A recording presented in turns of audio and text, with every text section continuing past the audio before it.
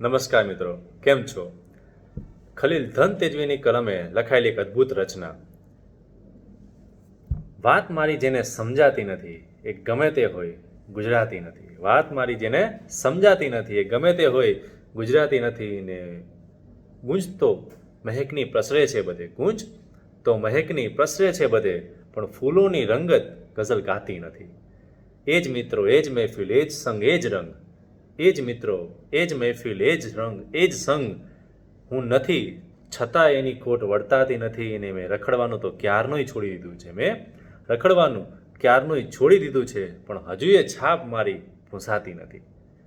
પ્રેમની તો ઘણી બધી યોજનાઓ થાય છે, પ્રેમની તો ઘણી બધી યોજનાઓ થાય છે, એટલે તો પ્રીત હજી પંકાતી નથી. ને તું તારો ભાવ ઓછો કર એ ખલીલ, ખલીલ ધનતેજવી માટે કે તું તારો ભાવ ઓછો કર એ ખલીલ.